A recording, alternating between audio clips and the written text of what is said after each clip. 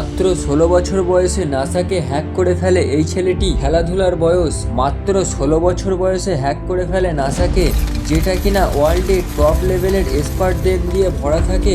এটা কোনো সামান্য ছোট হ্যাকিং নয়, এটা একটি হলিউড সিনেমার মতো, যার মধ্যে চিন্তা, ভাবনা, ভয় আর অবশেষে মৃত্যু। চলুন গল্পটি সহজভাবে বোঝার চেষ্টা করি। ভিডিওটা সম্পূর্ণ দেখুন। ছেলেটির নাম জোনাথন জেমস, যার বয়স ছিল মাত্র 16 বছর। হ্যাঁ বন্ধুরা, এই ছেলেটি সেদিন গোটা বিশ্বকে অবাক করে দিয়েছিল নাসাকে হ্যাক করে, আর সেটা নাসা টেরও পায়নি। পরে যখন নাসার এক্সপার্টরা বুঝতে পারে, তখন 3 সপ্তাহের জন্য গোটা সিস্টেমটাকে বন্ধ রাখতে হয়। জেমসের বাবা ছিলেন একজন কম্পিউটার কার্যের ওয়ার্কার, তাই ছোট থেকেই জেমসের নাগালের মধ্যেই আসে কম্পিউটার।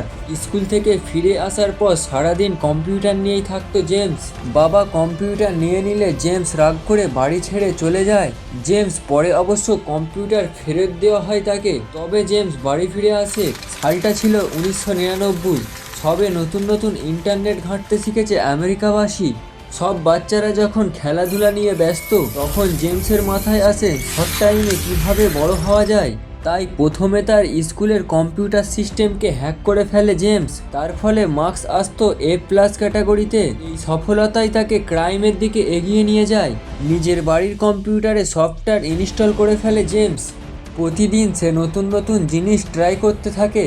এভাবেই একদিন সে এক নতুন প্রোগ্রাম লঞ্চ করে ফেলে, আর এটা দিয়েই সে নাসার সিস্টেম হ্যাক করে ফেলে। এটা কি আপনি নাসার ছোট ভুল বা মিস্টেক বলতে পারেন?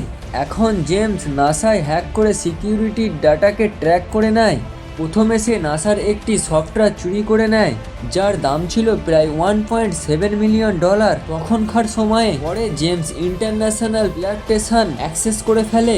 ভাবুন তো, মাত্র 16 বছর বয়সে এই কাজগুলো কিভাবে করে। এরপরে জেমস ইন্টারন্যাশনাল প্ল্যাটসেনারের শর্টকোড হ্যাক করে ফেলে, যার মাধ্যমে প্রেস্টেশারের টেম্পারেচার ইমিউনিটি কন্ট্রোল করা হয়। এত বড় সিরিয়াস স্টাইল জেমস করতে যাচ্ছে তা হয়তো নিজেও জানতো না। নাসার এক্সপার্টরা কিছুদিন পরেই এদের সিস্টেমের কিছু পরিবর্তন লক্ষ্য করে।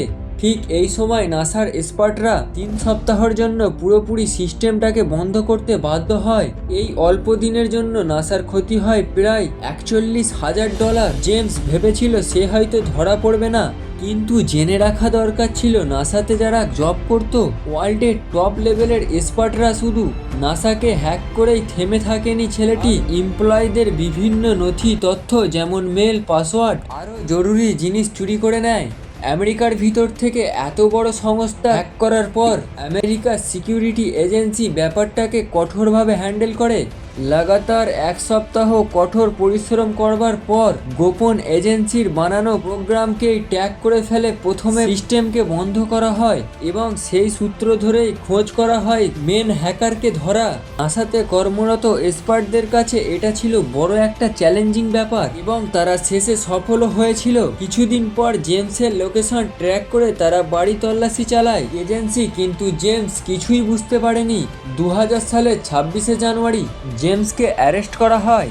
যেহেতু তার বয়স ছিল মাত্র 16 বছর, তাই কোর্ট থেকে 7 মাসের জন্য সাজা ঘোষণা করা হয়। বয়স কমের জন্য তার সাজা